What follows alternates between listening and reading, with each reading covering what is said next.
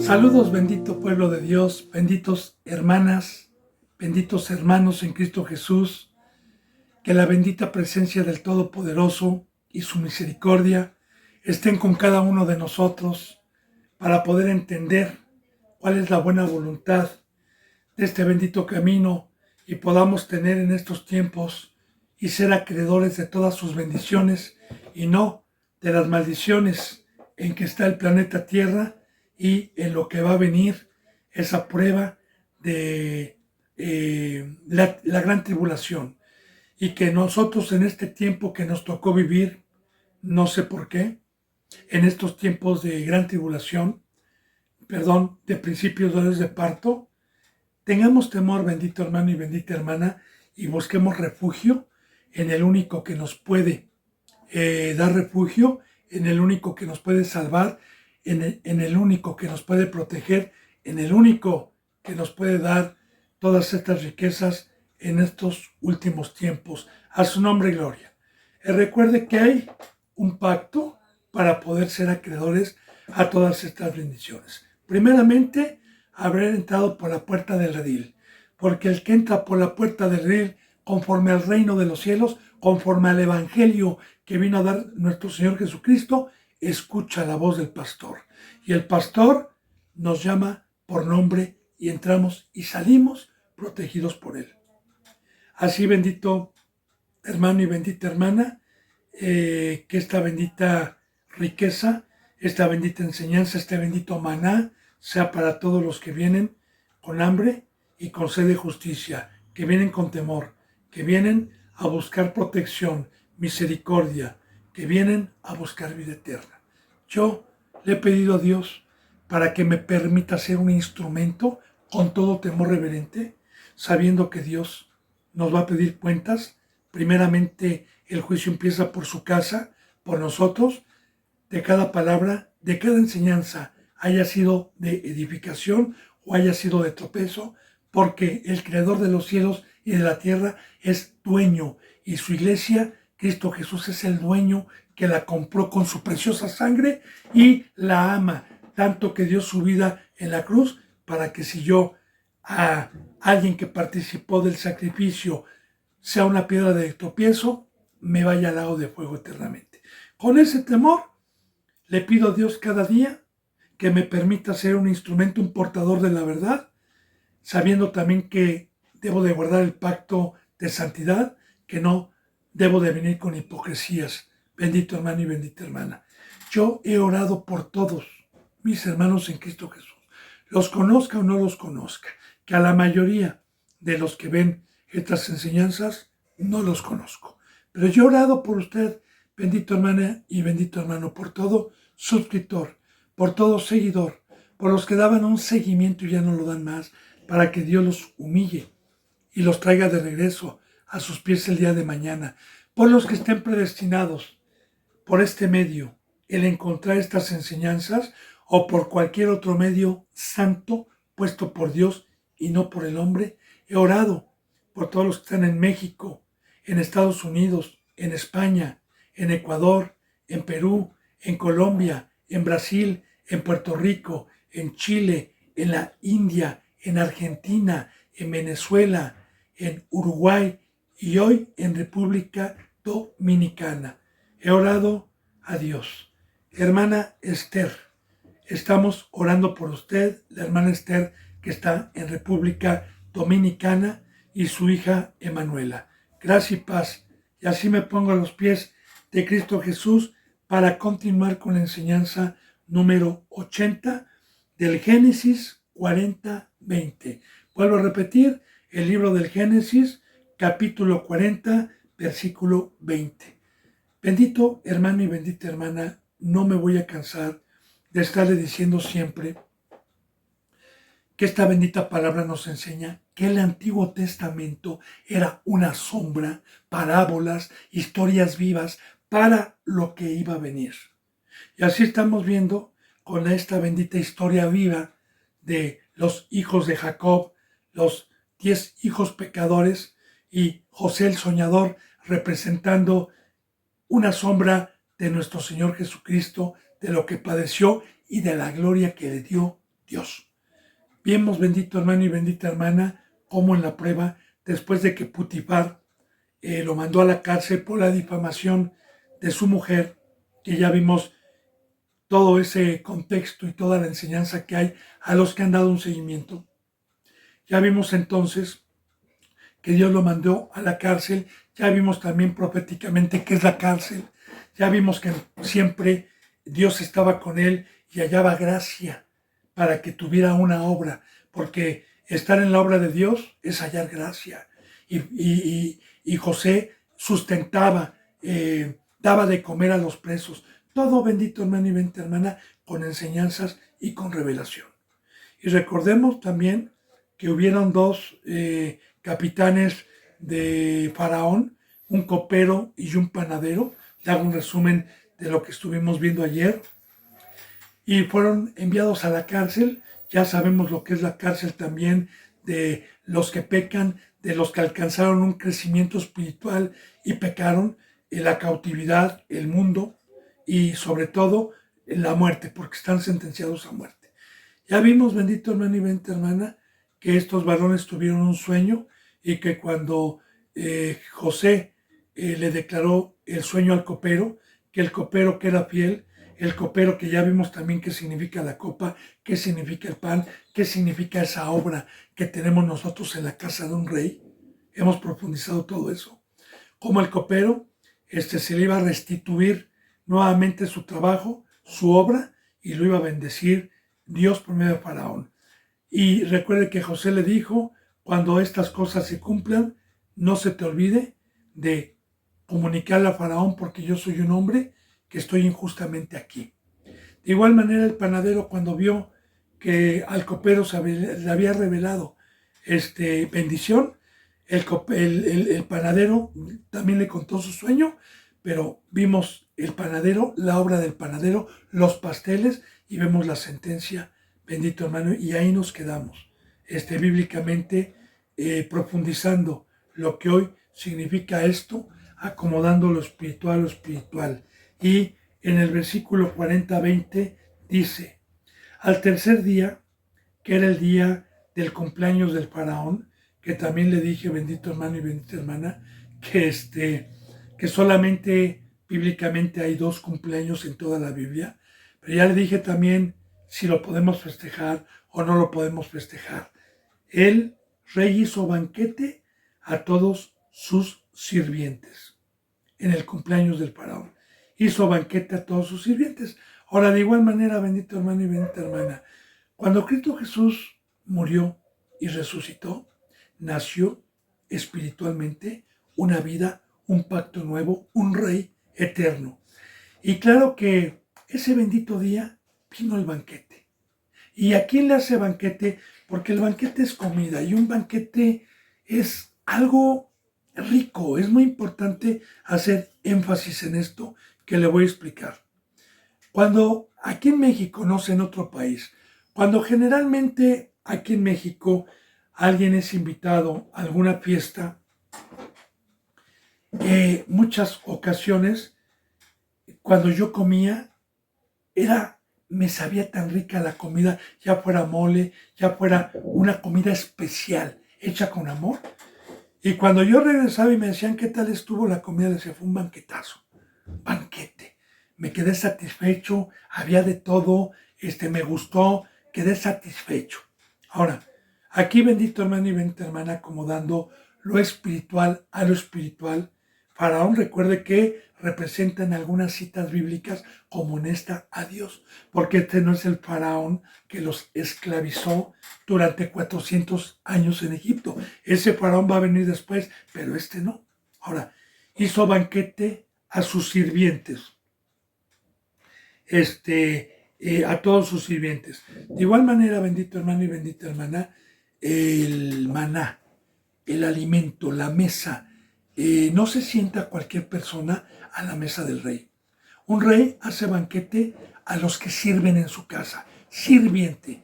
Y recuerde que nosotros somos servidores. La palabra servidor significa sirviente.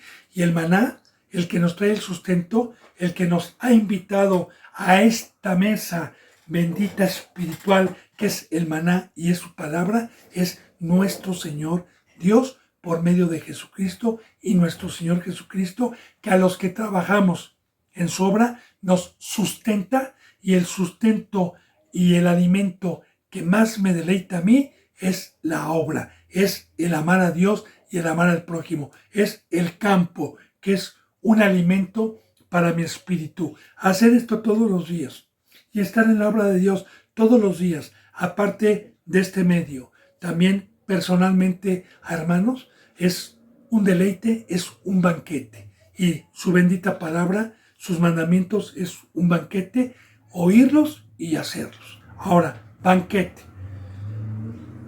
Hay gente que es invitada, bendito hermano y bendita hermana, a la palabra, y cuando la escucha se le hace dura, se le hace amarga, se le hace fea. Esto es también una persona que es invitada a una nación con un rey, y las costumbres de ahí es comer quizás chapulines o gusanos de maguey o escamoles o serpientes, porque hay países, ¿verdad? Y uno hace el feo y dice guácala. Así le voy a decir, porque hay muchos que cuando vienen a este banquete, en vez de que sea miel y dulce para su boca, la escupen y dicen, dura es esta palabra, ¿quién podrá aguantarla? Porque así, cuando Cristo Jesús les hablaba de comer de su carne, de beber de su sangre, que es el pacto de una muerte al mundo, que es el pacto de una consagración a Dios, decían, dura es esta palabra, así como cuando el Evangelio en este nuevo pacto nos habla de la muerte, de una separación, de no tener amistad con el mundo, de salir de ahí. A mucha gente se le hace dura y este banquete lo escupen y no se lo comen. Pero le voy a decir por qué. ¿Por qué? Bendito hermano y bendita hermana. Voy a poner de ejemplo a un león. Y yo invito a un león a comer.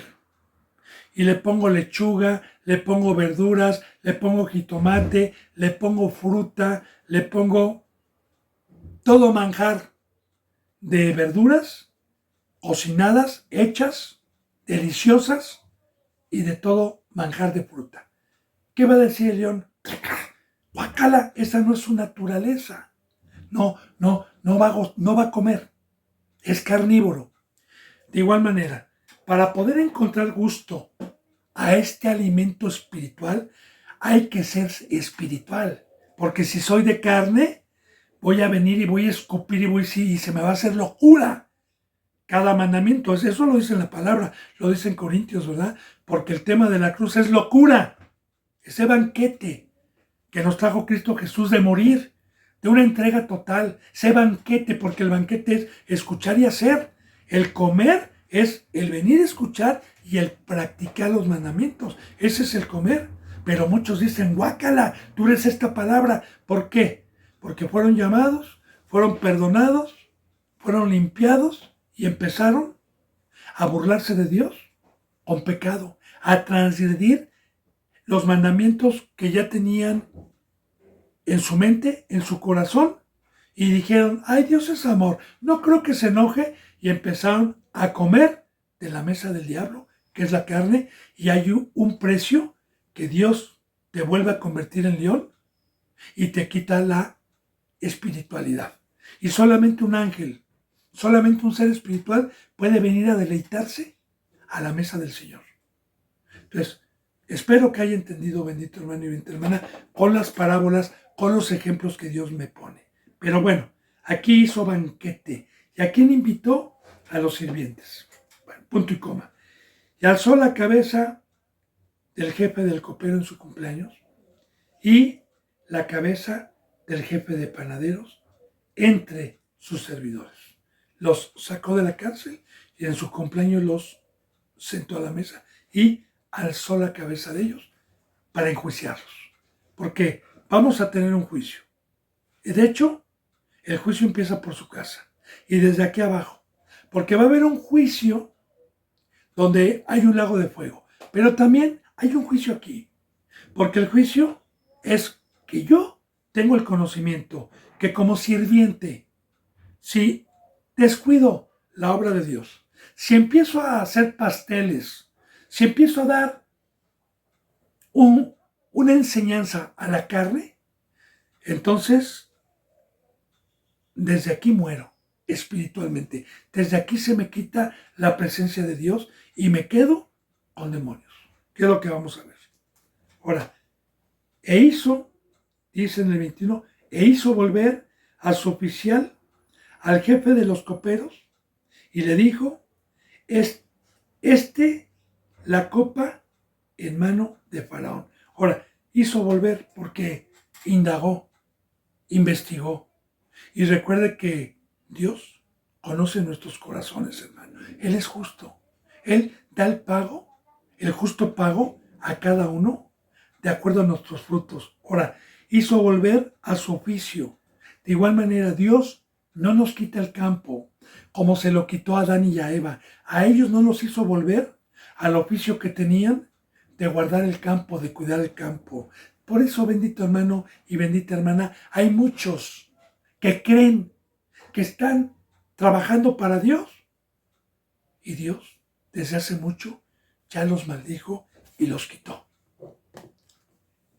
Ahora, hizo volver a su oficio al jefe de los coperos. Ya le dije que es jefe, es, como dicen hebreos, ¿verdad? Sujétense a sus pastores.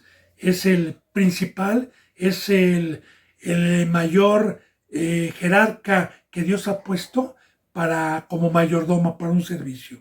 Hizo volver al jefe de los coperos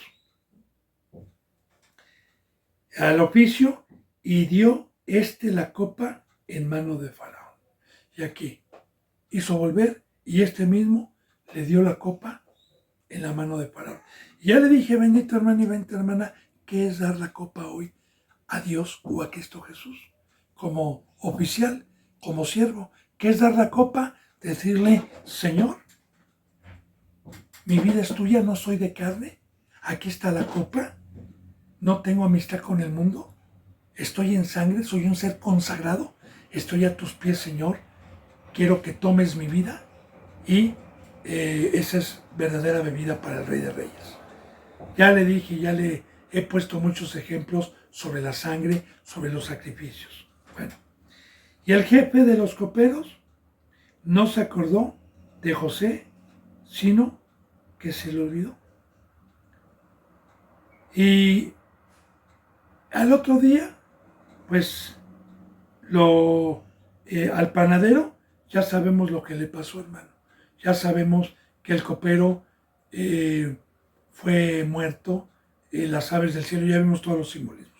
Ahora, cuando José le dijo, cuando te acontezca todo esto, recuerda, y dile a Faraón. Pero no lo dijo, no se acordó de José, sino que lo olvidó. 41. Aconteció que pasados 2 años, claro que todo proviene de Dios, ¿por qué no se acordó el copero en ese momento de lo que le había pedido José, el soñador? Porque todo está en manos de Dios. Mira, hermano y hermana, yo le había comentado antes de decirle o de que Dios nos enseñara cuando José iba a ir a la cárcel. ¿Qué le dije yo, bendito hermano? A ver si se acuerda. Que todo lo que le permitió Dios a José, ya como un siervo, lo estaba probando para ver si le daba todo. Porque yo le dije, y se lo vuelvo a repetir y a reiterar, a mí cuando Dios me llamó y me dio un discipulado y me dio el privilegio de ser probado en el ministerio de amar al prójimo y me dio el campo, no crea que no, me probó varias veces, me probó y permitió al enemigo venir en todo momento para tratar de confundirme, para tratar de separarme. Porque ya le dije, ¿verdad? ¿Qué pudo haber dicho José? Ay, por ser fiel, por no pecar, ¿cómo me manda Dios esto? ¿Cómo me manda a la cárcel? Yo le dije, José, sabía perfectamente bien que estaba siendo probado. Y ya le hablé de eso, espero que no se le olvide, porque la bendita palabra nos enseña que bienaventurados los que somos probados, eso lo dice en Santiago. Ahora, fíjese bien, una prueba, porque le estaba hablando de las pruebas. Quiero darle un testimonio de muchos para poder profundizar esto. Pasados 2 años, más aparte el tiempo que ya había estado ahí, antes de hallar gracia delante del carcelero, y el tiempo que había estado sirviendo ahí. 2 años en la cárcel. Alguna ocasión, en una de las pruebas que Dios me mandó, de acuerdo a las concupiscencias que yo tenía antes y a mis debilidades, porque mi debilidad era la codicia, la avaricia, era el ahorrar, el tener, en mi mente no estaba el conformarme con una vida desahogada, no, estaba en tener en abundancia. Yo quería una residencia, la playa, una casa grande, quería sirvientes, que esa era mi idea, mi plan, ¿verdad? Ahora bien, antes de que me llamara Dios, tenía bastantes ahorros. Ya tenía yo casa, ya tenía yo algunos locales comerciales, otro en un mercado, tenía oro, tenía acumuladas varias cosas. Cuando Dios me humilló, quiero decirle delante de Dios que me quitó todo, menos la casa. Todo me lo quitó. Locales, coches, dinero, alhajas, y a los 2 años de haberme convertido, estábamos totalmente sin dinero. Mi esposa, por lo mismo que estaba acostumbrado a tener todo, cuando ya no había para los medicamentos de mi hija, para mandar a mi hijo a escuelas de paga como lo mandaba, empezó la prueba. Mi esposa ahora sí que me dijo hasta la despedida. Yo le dije, confía en Dios, yo ya soy cristiano, yo me voy a dedicar a esta obra. No lo entendía en su momento mi esposa. Dios me permitió prueba, me dejó en su momento. Y igual mi hijo no entendían este camino, y después de estar acostumbrado a tener las bolsas llenas de dinero y de no tener necesidad desde que nací, porque también Dios me permitió nacer pues con unos padres que tuvieron solvencia en su momento. Bueno, nunca había yo padecido de necesidad, y Dios me dejó, como dicen aquí en México, a raya, sin nada, sí, sin nada. Yo contaba cada peso, recuerdo que contaba cada peso.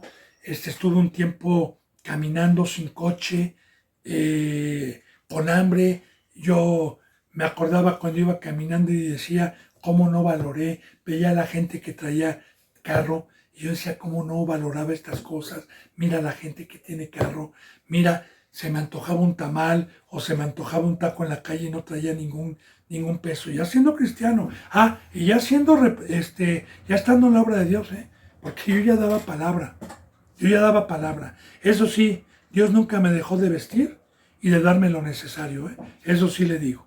Yo estoy hablando de un antojo, yo estoy hablando que nunca me faltó una comida física y lo necesario, no de sobra, no para darme un gusto, no para comprarme un helado, una paleta, un taco en la calle, no, para eso no. Ahora, ¿cuánto tiempo duró la prueba a la cual yo le agradezco a Dios? 6, 5 fueron 2 años, 4, como 6 años o 7 años, aproximadamente, así, con lo necesario, contando peso con peso, y poniéndolo en provecho común con mis hermanos, y Dios nos multiplicaba la comida, porque a veces sí quiero darle testimonio que yo comía con hermanos y que a veces pues íbamos a buscar lo más barato del jitomate, lo más barato de la cebolla, dónde estaba más barato, y pues hacíamos una oración, bendito hermano, porque comíamos en aquel entonces 20, 15 hermanos, 20 hermanos, y pues yo no sé, pero Dios con lo poquito que comprábamos, hermano, sobraba siempre en el sartén comida, la multiplicaba. Yo no, yo hablo primeramente de la comida espiritual, no de la física, pero nunca nos faltó. De igual manera, bendito hermano y bendita hermana, yo era una persona, tenía la concupiscencia siempre de que me respetaran, de que yo siempre quería tener la razón. Y era peleonero también de puño. Eran demonios que yo tenía dentro. Pues Dios me mandó situaciones donde me estuvieron provocando, donde me estuvieron haciendo lo más bajo que usted pueda imaginar que le pueden hacer a uno, no violarme ni nada, ¿no? Pero para provocación, para que yo me desatara mi furia y hiciera lo contrario. Y supe que Dios me estaba permitiendo todo eso para probar mi fidelidad, para ver si alcanzaba la estatura del varón perfecto, porque por el fuego tenía que yo ser purificado. Por el fuego y por las pruebas tenía que salir yo de todas las concupiscencias por fe y por credulidad a Dios. Entonces, esto que estamos viendo es todo lo que le pasó a José en la cárcel. Ahora, fíjense, 2 años. Ya le dije 2 años, ¿no? De igual manera también esta prueba que Dios me mandó pues, que me incitaban y me provocaban, fue durante 4, 5, 6 años y fracción. 6 años. Diario. Tormento, hermano. ¿Sí? Bueno, entonces un tormento en el aspecto de contenerme, de guardar mi carne y de fortalecerme en el Señor. Porque de igual manera, cuando yo era débil y ya no podía soportar que mi esposa se le caía el cabello por falta de dinero, que tenía ronchas, que mi hija no tenía para su medicamento, que mi hijo ya no iba a escuela de paga, entonces, cuando yo era débil, entonces oraba, entonces pedía y Dios me fortalecía. Como Pablo decía, porque cuando soy débil soy fuerte. Y otra vez, hasta que Dios vio que durante años no doblé por su gracia. Yo le doy la gloria a Dios, hermano, porque yo soy un animal sin Dios. O sea, todo lo que Dios me permitió con paciencia fue porque tenía su presencia y por su diestra. Ya una vez, y la prueba puede durar años. Esa prueba de que Cristo Jesús tuvo 40 días en el desierto para ser probado, los 40 días tiene un simbolismo hasta ahí nada más. Ahora, 2 años se le olvidó, y no es que se le haya olvidado lo que operó, sino que Dios lo permitió. Aconteció que pasados 2 años, tuvo Faraón un sueño. Le parecía que estaba junto al río. Este fue el sueño que tuvo Faraón después de 2 años, ¿verdad? Que estaba junto al río. Y que del río subían 7 vacas hermosas a la vista y muy gordas. Y pacían en el prado. Pacían es que comían en el prado. Voy a empezar a explicar esto, bendito hermano, aunque lo vamos a ver proféticamente, pero a mí me gusta ir interpretando conforme vamos viendo el versículo para poder profundizar esta bendita palabra. Ya hablé de los sueños. Ahora, Faraón, claro que Dios le mandó ese sueño, ¿verdad? Porque ese fue el medio por el cual se acordó Dios, y así toca Dios corazones, así mueve Dios las piezas con los seres humanos para bendecirnos después de que pasamos una prueba. ¿Sí? Porque dice la bendita palabra. Acuérdense que José tenía cadena perpetua, hermano. Ahí no era de que 20 años, no. Ahí se había metido con la esposa de Potifar. Bueno, eso pensó Potifar, ¿verdad? Que la había querido violar. Y acuérdense que Potifar era un representante de Faraón. No crea que era cualquier cosa.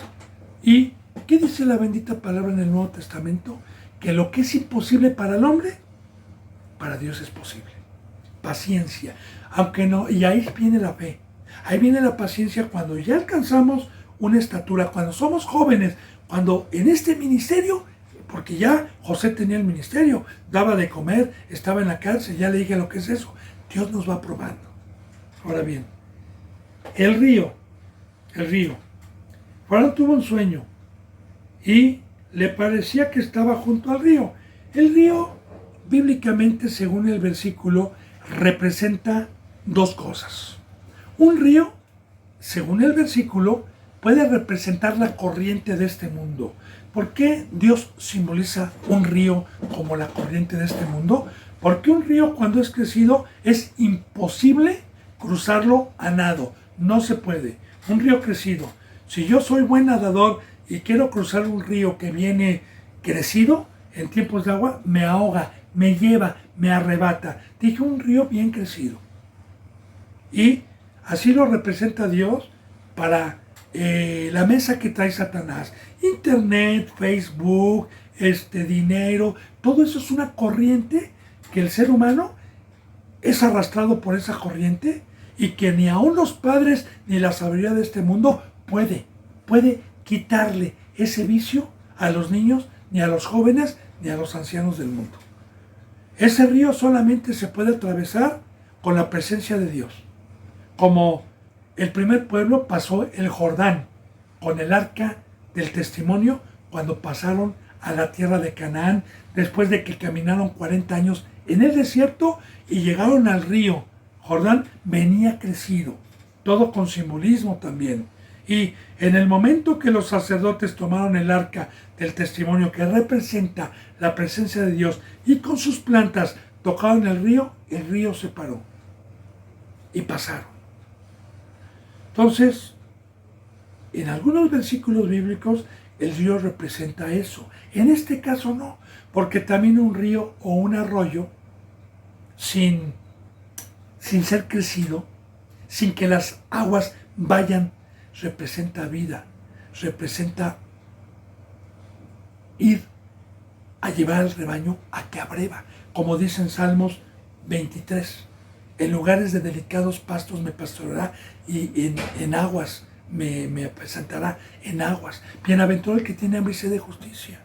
Entonces, yo estoy, la bebida bíblicamente, bendito hermano y bendita hermana, como dice la palabra, bienaventurado el que tiene hambre y sed.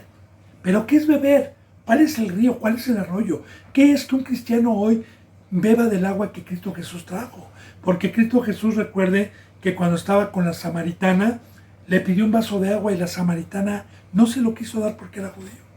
Y Jesús le dijo, si tú supieses quién te está pidiendo ese vaso de agua, tú me pedirías a mí que yo te diera del agua que yo vengo a dar, porque del agua que yo vengo a dar salta para vida eterna. Y la samaritana dijo, Señor, dame de esa agua. Ok, ¿qué es esa agua? Esa agua es venir a la palabra y tener el amor de Dios por medio de una iglesia que está exhortando a que hagan el pacto, a que practiquen los mandamientos de Dios. En el momento en que yo vengo a escuchar la palabra y escucho un mandamiento nuevo y lo entiendo y lo empiezo a practicar, estoy comiendo y bebiendo. Porque dice, bienaventurado el que tiene hambre y sed de justicia. La justicia delante de Dios es tener un mandamiento de Dios y hacerlo. Esa es la justicia.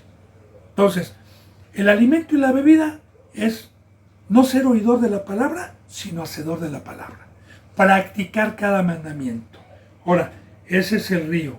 Ahora bien, le parecía que estaba junto a un río. Y, claro, Dios nos trajo este río. Cristo Jesús nos trajo el agua espiritual, nos trajo todo esto que vino en el Nuevo Testamento. Ahora, y que del río subían 7 vacas hermosas. Fíjese bien, el número 7 de Dios, lo espiritual, los que estamos o los que entramos por la puerta del redil. Y claro, bendito hermano, que cuando habla de hermosura, nos habla de integridad, de no pecar, como Moisés, que era hermoso, como David, que era hermoso. Pero recuerde que cuando Dios nos habla de hermosura, no nos habla de la hermosura física, sino la hermosura para Dios es la interior, es el no estar manchado de pecado, es el ser un ser espiritual, es el no andar en carne. Ahora, vacas. ¿Por qué vacas? ¿Por qué no otro animal? Porque la vaca también tiene simbolismo en la Biblia. Bendito hermano y bendita hermana. Una vaca da leche y da crías, da becerritos. Y el becerrito se amamanta de la leche. De igual manera, bendito hermano y bendita hermana, en el Nuevo Testamento nos dice en una de las epístolas de Pedro, primera de Pedro, dice, decían como niños recién nacidos la leche espiritual no adulterada. Pero ¿quién da la leche? La iglesia. Y nosotros somos simbólicamente una vaca que tenemos becerritos y que tenemos que tener la leche, y la leche representa, como dice en la bendita palabra, hablar de bautizos, hablar de imposición de manos, hablar del juicio final. Esa es la leche al que va entrando a este pacto. No tenemos que darle leche, no comida sólida. Tenemos que irle hablando y tener paciencia de irle enseñando las cosas desde abajo, no comida sólida. Lo que no hacen en muchas iglesias, ¿verdad? Porque llega alguien que se acaba de convertir y va los domingos y escucha la misma prédica de un cristiano que tiene 10 o 12 años y lo mismo, no, el representante debe de dar una palabra de acuerdo al tamaño espiritual del niño y de la niña. Entonces esa es la leche, esa es la vaca. También Dios utiliza muchos simbolismos bíblicos con la vaca. Hay otro que usted va a recordar en Samuel, cuando los Elí y Ofni y Fines mueren en una guerra y les es quitada por los filisteos el arca del testimonio y se la llevan. Y cuando se llevaron el arca a los filisteos, como su dios Dagón lo destruyó Dios, cómo les vinieron tumores de cáncer, de tumores a este pueblo donde estaba el arca, hasta que decidieron dejarla ir y dijeron, los sabios, ¿verdad? Los ancianos de los filisteos dijeron, bueno, vamos a saber si esto es un accidente o proviene de Dios. Vamos a poner el arca en un carro nuevo, con una vaca que tenga un becerro, y vamos a ver que si la vaca, fíjese bien como dice en Samuel, que si la vaca sube, porque Jerusalén estaba arriba y donde estaban ellos en los filisteos estaban abajo, si la vaca toma la dirección adecuada y sube para la ciudad de Dios, esto provino de Dios. Y bendito hermano y bendita hermana, la vaca tenía 1000 caminos por donde irse alrededor, ¿sí?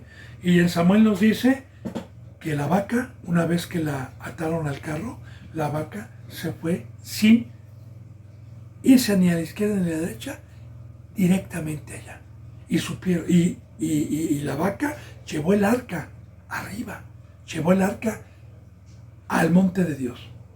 Así, bendito hermano, hay muchas representaciones para concordar, porque ya le dije yo, si usted tiene alguna duda de lo que Dios me permite enseñar, hermano, yo con mucho gusto, se me dice, ay hermano, ¿cómo que la vaca representa a la iglesia? Sí, hermano, con mucho gusto le doy varias citas bíblicas para que usted sepa que está hablando de la iglesia, está profetizando una iglesia el día de hoy. Ahora, claro que una vaca, para convertirme en vaca, para convertirme en representante, tuve que haber bebido, tuve que haber echado en mano de la justicia. Ahora, subían hermosas. Vamos a ver también una profecía de la apostasía. Del primer pueblo primero pretende la apostasía. Ahora, vacas hermosas a la vista de Faraón. Y de igual manera, la hermosura ya le dije cuál era. Y muy gordas, otra cosa, gordas en el aspecto de que cuando Caín, por ejemplo, llevó el sacrificio a Dios, escogió de su ganado, Abel, escogió de su ganado la oveja más gorda, la oveja más grande, sana. Y hoy, ¿qué es ofrecerle o ser una vaca gorda? Una vaca gorda es estar bien alimentado y tener en el corazón tanto el Antiguo Testamento como el Nuevo Testamento. Una vaca gorda representa hoy un ser humano, un siervo de Dios, que es un cesto, y llevar y tener el pan lleno y los peces llenos y poder dar de comer a 4,000 o a 5,000 personas sin que se me acabe la comida. Esa es una vaca bien alimentada, gorda, con la palabra de Dios. Y pasían en el prado. Tenían agua y tenían prado. Ese es el banquete también que acabamos de ver simbólicamente, porque todo concuerda, ¿verdad? Que el rey hizo banquete y sentó a sus siervos a la mesa. Así también, Salmos 23, Jehová es mi pastor y nada me faltará, en lugares de delicados pastos me pastoreará. Y ahí vamos concordando para acomodar lo espiritual a lo espiritual. Ahora, fíjense bien, pongan mucha atención en esto. Y que tras estas vacas hermosas, las 7 vacas hermosas que salieron de ese río, tras ellas subían del río otras 7 vacas de feo aspecto, enjuntas, de carne, y se pararon cerca de las vacas hermosas a la orilla del río. Muy importante. Estas vacas también subían del río. Hermano y hermana, la bendita palabra nos enseña que muchos son llamados, pero pocos son escogidos. La bendita palabra nos enseña en el Nuevo Testamento, en Primera de Juan, y dice así: escucharon que viene el anticristo, ¿verdad? Hijitos, ya es el último tiempo, porque ustedes han escuchado que viene el anticristo. Pero yo les digo, hijitos, que estamos en el último tiempo porque han surgido muchos anticristos. Salieron de nosotros, hijitos, pero no eran de nosotros, porque si hubieran sido de nosotros, se hubieran quedado con nosotros. Anticristo contra Cristo. Salieron de nosotros. Ah, sí, yo fui, llevé el evangelio, Dios me permitió convencer por medio del Espíritu Santo para que se bautizaran, di mi vida, tuvieron un crecimiento y después traicionaron y dejaron la cruz y amaron a las tinieblas y los placeres de este mundo y se convirtieron en vacas feas, pero también subieron del río. Y nos persiguen, porque ya hemos visto, bendito hermano y bendita hermana, le voy a poner el ejemplo. Caín y Abel. Los dos tenían conocimiento de Dios, porque Adán y Eva les enseñaron la palabra y sabían qué hacer. Los dos subían del río a ofrecer ofrendas a Dios. Uno le ofreció una oveja y el otro le ofreció el fruto de la tierra. Dios no se agradó de Caín porque le ofreció el fruto de la tierra, como hay muchas iglesias, ofrecen iglesias grandes, dinero, guitarras Yamaha, conjuntos, pero no le ofrecen siervos consagrados para Cristo Jesús en la cruz, porque no trabajan, son obreros fraudulentos. Ahora, ¿qué pasó? Que Caín se convirtió en vaca flaca cuando le dijo, ¿por qué caí tú de ese semblante? Si bien hicieres. ¿Y qué pasó con Abel? Que su semblante era bueno. Ahora, ¿qué pasó? Que esta vaca fea, por haber pecado, persiguió a la vaca gorda y hermosa y la devoró. La mató a Caín. De igual manera, bendito hermano y bendita hermana, aquí va a profetizar primeramente el primer pueblo, que mató a Cristo Jesús y que fueron perseguidores de la iglesia, de Cristo Jesús, de Pedro, de Pablo, cómo los encarcelaban, cómo los perseguían. Y no nada más eso, sino hasta el día de hoy. Porque hasta el día de hoy, los que me atacan, los que quieren mi vida, son aquellos que vienen del río, son aquellos que se bautizaron, son aquellos que entraron por la puerta del redil, pero son aquellos que transgredieron el pacto de Dios y que se convirtieron en imagen del diablo. Son las vacas feas. Como dijo Cristo Jesús, vuestro padre es el diablo, porque la imagen de Dios y el fruto de Dios, ahí viene en Gálatas, el fruto de Dios y el fruto de la carne. Ahí viene. Entonces, siempre, bendito hermano y bendita hermana, los que han transgredido la ley de Dios son los que nos persiguen, los que nos quieren devorar. Y a muchos han devorado, como lo vamos a ver, a muchos han devorado. Ahora, de feo aspecto y en juntas, o sea, flacas, que se les veían hasta las costillas, no gordas. ¿Qué representa? Bueno, que cuando yo, si ahorita estoy gordito, no físicamente, sino espiritualmente. Tengo, gracias a Dios, por misericordia de Dios, palabra del Antiguo Testamento y del Nuevo Testamento, tengo revelación y tengo para poder dar. Tengo mi canasta llena, para gloria de Dios lo digo, hermano, no para gloria mía, por favor, porque yo sin Dios soy un animal. Entonces, para gloria de Dios, tengo y voy para 3 años subiendo una enseñanza diaria.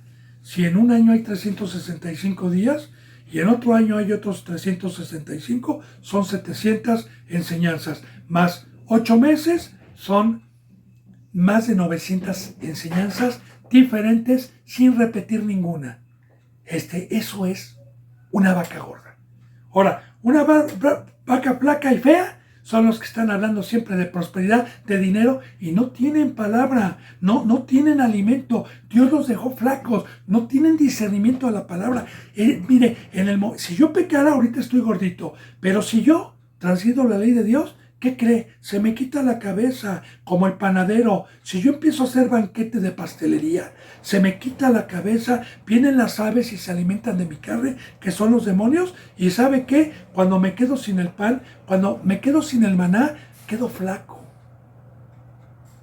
Ahora, y en juntas que devoraban las 7 vacas, hermosas. Ahora, fíjese bien, devoraban.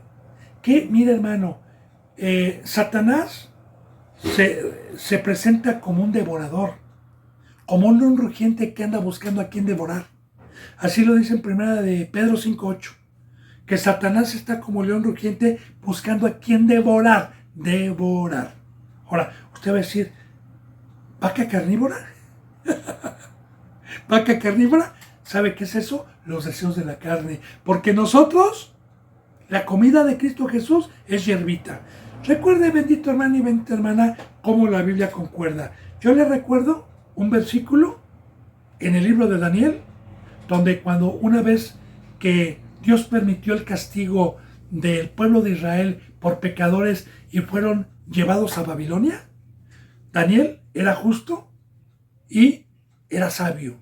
Y cuando el rey le dijo, apártame a estos sabios y a sus amigos, y siéntalos a mi mesa y al banquete de mi mesa, porque Nabucodonosor representa a Satanás y quería que Daniel y sus amigos comieran de la mesa de él. Daniel dijo, no nos obligue, Señor, a comer de eso. Nosotros no comemos de eso, Señor. A nosotros pónganos legumbres. Y el eunuco decía, no, porque mi Señor me va a regañar.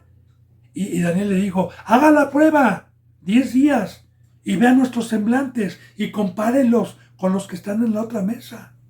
Entonces, siempre la Biblia tiene simbolismo, hermano. Pero hoy, nosotros no somos carnívoros. Nosotros comemos del maná. Pero ¿cómo me puedo convertir en carnívoro?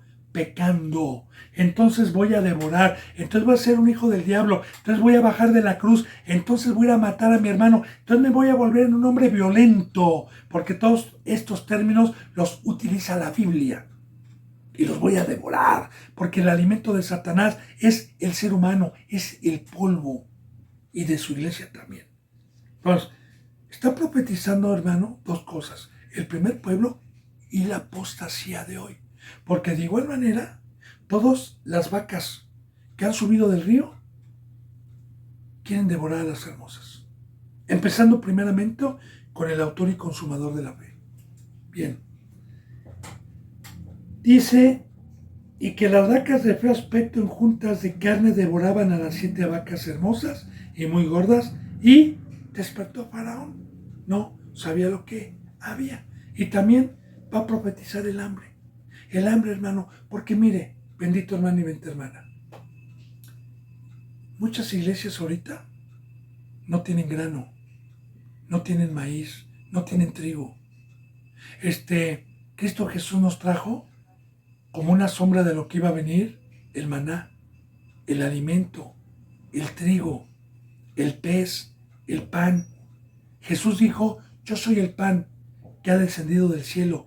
Todo el que a mí viene y me come tendrá vida y tendrá vida eterna. Y yo le resucitaré aquel día. Todo el que yo soy el pan de vida. Ahora, Jesús tiene la jerarquía por Dios que Jesús le da el pan a quien quiere y le quita el pan a quien quiere. A mí me puede quitar el pan mi rey, mi señor. Yo sé el pacto para poder tener acceso a este bendito pan. Y el pacto es integridad, el pacto es consagración, el pacto es la cruz, porque el día que yo sea como el panadero, ese día se me quita la cabeza, ese día se me quita Cristo Jesús, ese día muero, ese día me convierto en una vaca flaca y van a venir. Ahora, esto que vamos a ver, hermano, hermana, es primeramente cuando Cristo Jesús vino, pero también el día de hoy. El hambre que hay de la palabra de Dios, que no hay. Ahora, y despertó Faraón. Ahorita vamos a ver la revelación ya por José de este sueño. Dice, se durmió de nuevo y volvió a tener otro sueño, Faraón.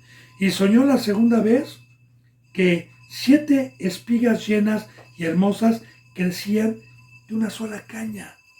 Las espigas ya es cuando se da el fruto. La caña es la de trigo. Es una cañita que cuando aflora arriba y da la espiga sirve para comer. El trigo. Menudas. Durmió que 7 espigas llenas y hermosas crecían en una sola caña. Y después de ellas salían otras 7 espigas menudas y abatidas del viento solano. Fíjese bien. En el Nuevo Testamento va a concordar con esto. Hay una parábola donde nos enseña que el rey vino a sembrar buena semilla a su tierra, pero que de noche vino el enemigo y sembró cizaña. Y entonces fue el siervo y le dijo, Señor, tú sembraste, ¿qué no sembraste tú buena semilla? ¿Espigas de trigo? ¿No veniste a sembrar la palabra? ¿No veniste a traer pan? Sí, pues tu enemigo vino, Señor, y también ha sembrado cizaña. Que la cizaña, bendito hermano, bíblicamente, es una espiga o una planta igualita o semejante en aspecto al trigo. Se parecen. Uno no las puede distinguir hasta que se acerca y las come. La cizaña, que es casi igual, no sirve para comer, pero el trigo sí. De igual manera, aquí en México, por ejemplo, para que me pueda usted entender, hay mucha falsificación de billetes. Aquí en México se usa el peso y uno de los billetes de más alta denominación es el de 1,000 pesos, que representa $50, o de 500 pesos, que representa $25. Son los billetes de más alta denominación. Ahora bien, los que falsifican billetes los hacen casi iguales. Si a mí me dan y tengo una tienda y me pagan, si yo acepto el billete y lo veo así, no me doy cuenta. Tengo que revisar el billete y el Banco de México nos da claves de seguridad para poder identificar un billete si es falso o no, pero lo tengo que revisar minuciosamente a ver si no es falso, ¿sí? Sobre todo los de alta denominación. De igual manera, la cizaña y el trigo se parecen. Como dice la bendita palabra, Satanás se disfraza de ángel de luz. Como dice la bendita palabra, estos parecen ovejas por dentro, pero traen lobos rapaces por dentro. Entonces, ahí está, bendito hermano, otra vez. Igual que las vacas. ¿Qué está profetizando Dios? Que no todo el que entra por la puerta del rey, no todo el que me dice Señor, Señor, es mi hijo, sino el que hace la voluntad de mi Padre.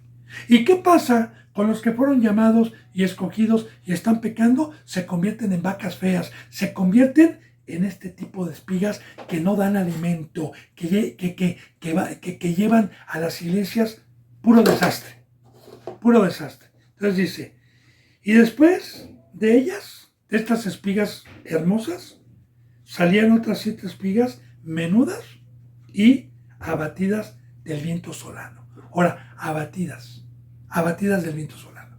Hermano y hermana, el viento en algunas citas bíblicas lo representa el diablo. ¿Por qué?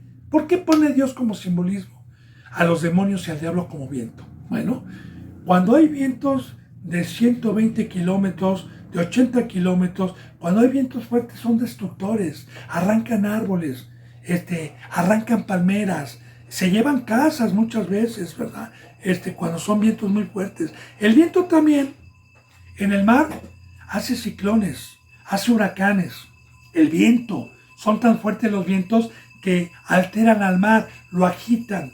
Entonces, por eso Dios pone simbolismos, ¿verdad? Porque Satanás viene ahora a destruir. Abatidas del viento solano. Viento solano. ¿Qué es un viento solano? Ya le dije lo que es el viento. Un viento solano, si usted investiga, es un viento en el desierto. Si en el desierto de por sí ya están a 35, 40 grados, 45 grados centígrados, a veces hasta 50 grados centígrados en algunos desiertos. No sé si usted sepa lo que son 40 o 45, 50, pero ya es un sol. Ahora, yo aquí en México cuando hace calor y viene un aire, ay, siento rico, siento como un ventilador.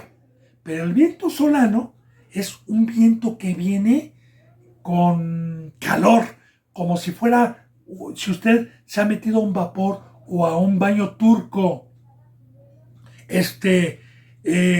Viene como una calefacción de carro. Imagínese usted está en un carro a 40 grados con las ventanas cerradas y que prenda, en vez de aire acondicionado, una calefacción que sale aire muy caliente. Eso es un viento solano en el desierto. Ya de por sí voy con calor y luego viene un viento. No, pues me quema, hermano. Ahora, ¿qué representa el viento solano? A Satanás. El sol, en muchas citas bíblicas, la representa el diablo. ¿Por qué? ¿Por qué el desierto? ¿Por qué el sol el diablo? Porque el sol seca donde no hay agua. En el desierto, por ejemplo, es pura arena, no hay vida, no hay árboles que den frutos, no hay trigo, no hay nada. Entonces, así simbólicamente, cuando yo me dejo engañar y no cumplo con el pacto, me quedo sin trigo, me quedo con el viento solano, seco, menudo y me destruye. Ahora, dice, y las 7, dice en el versículo 7, ¿va? 41:7. Y las 7 espigas menudas devoraban a las 7 espigas gruesas y llenas. Y despertó Faraón y aquí que era un sueño. Ahora, fíjese, bendito hermano y bendita hermana, ¿cómo? Son parábolas. Porque claro que una planta no va a devorar, ¿verdad? Aunque sí devoran, porque yo le digo algo, yo tenía un arbolito de higo y en un terrenito, y en el terrenito crecían espinos, crecían hierbas malas. Como yo no podía ir seguido, cuando iba, pues ya las plagas, los chapulines y eso lo invadían y le quitaban, le robaban el agua y todo, hasta que el arbolito murió. Entonces, de igual manera, bendito hermano, estos simbolismos los pone Dios para representar. Recuerda que estamos viendo un libro profético.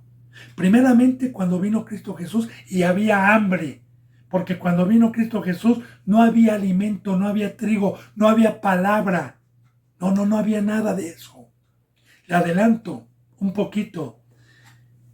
El primer pueblo se quedó por pecador 375 años antes de la llegada de nuestro Señor Jesucristo bajo la maldición de Dios con imperios.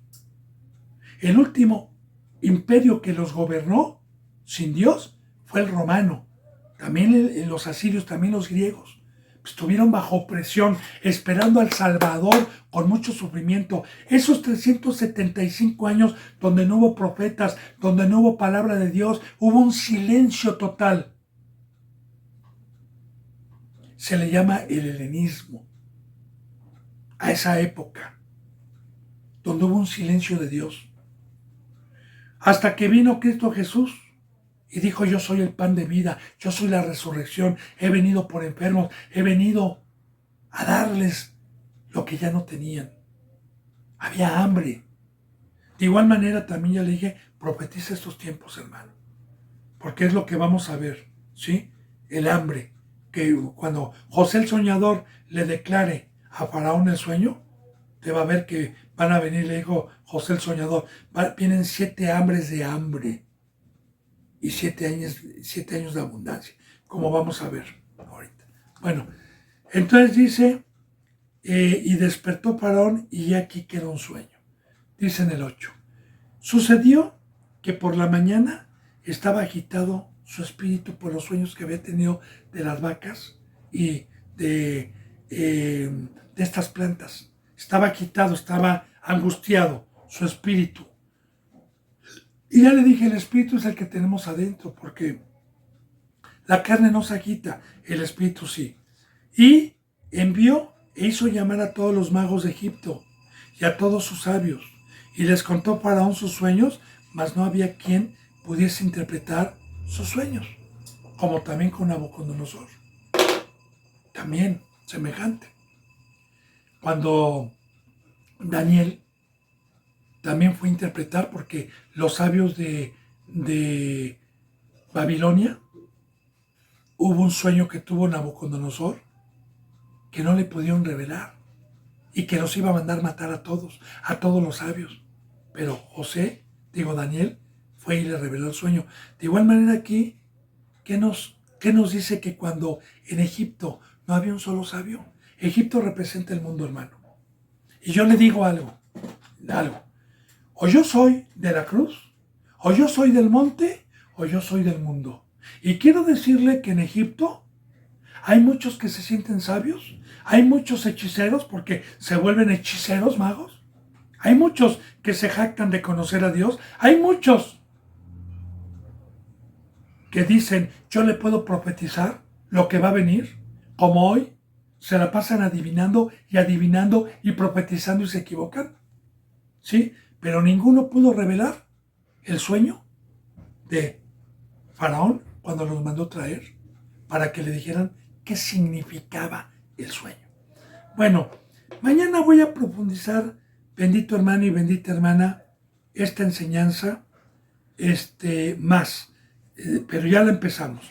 Nos vamos a quedar aquí en el versículo 8 para poder profundizar, que no hubo quien interpretara. Sobre los magos también lo vamos a interpretar aquí, que es un mago, ¿va? Porque aquí habla, hizo llamar a todos los magos, y eso lo vamos a ver mañana.